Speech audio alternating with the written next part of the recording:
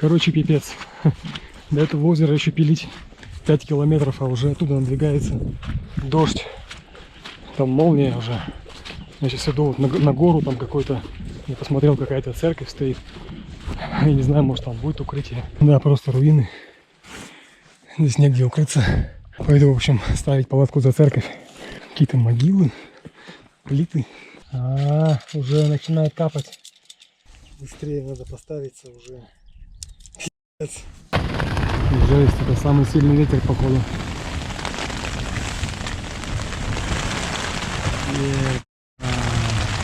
Жесть. Надеюсь, меня не сдует нафиг чертям.